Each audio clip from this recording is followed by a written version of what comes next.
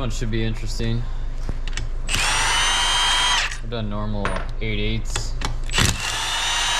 two of them so far, but I've never done a super 8/8. Started that one off a little bit.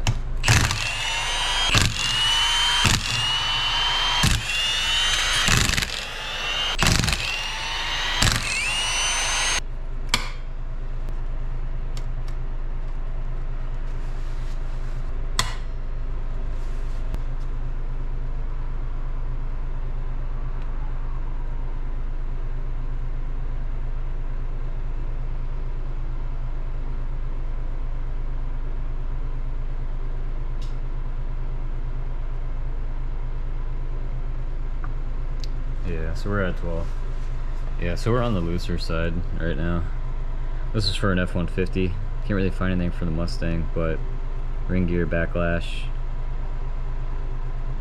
8 to 12 thousandths. So we're right on the high end. We put it together, I don't know, we might put it in the middle and go 10. I don't know.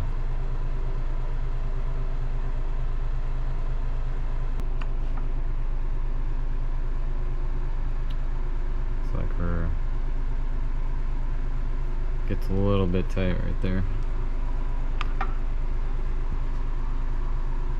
It's like 10, right at 10.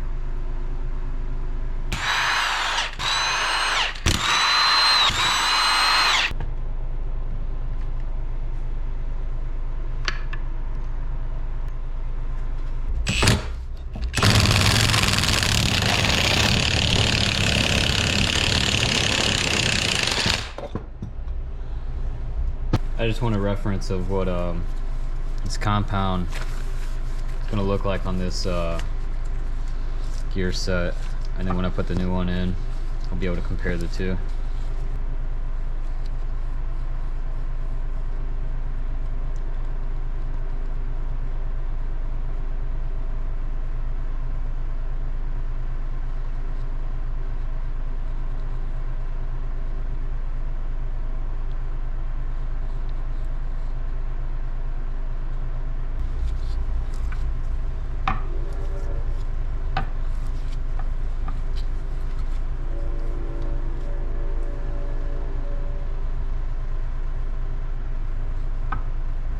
Okay.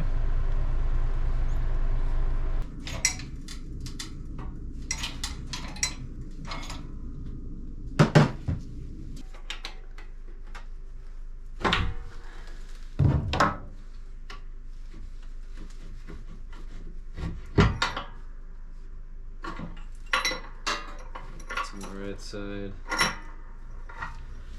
Get these out.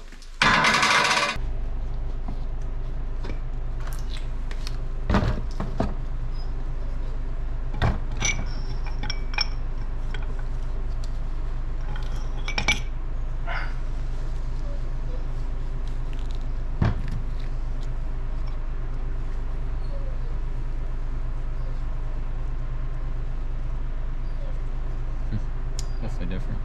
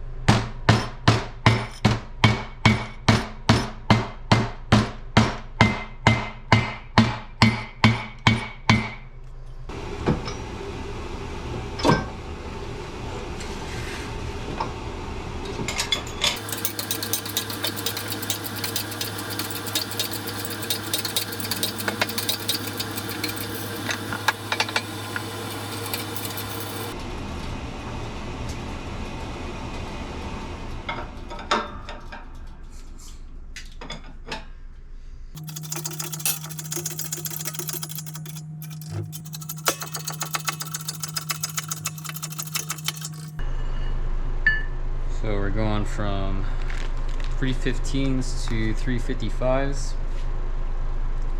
You guys are to do the same thing, the 315s specifically. I guess have different diffs. There's like a specific offset to them to where you can't just change the gears, you actually have to buy a different diff.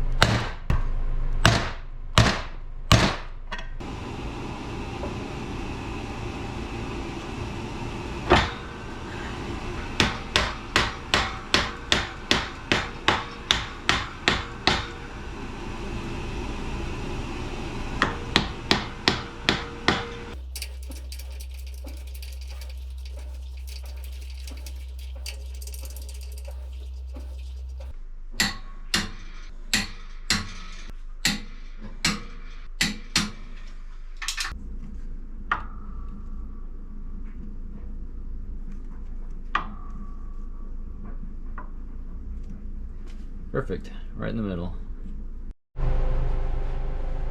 Alright, so I'm finally finished with this after like 2 days of struggling with it.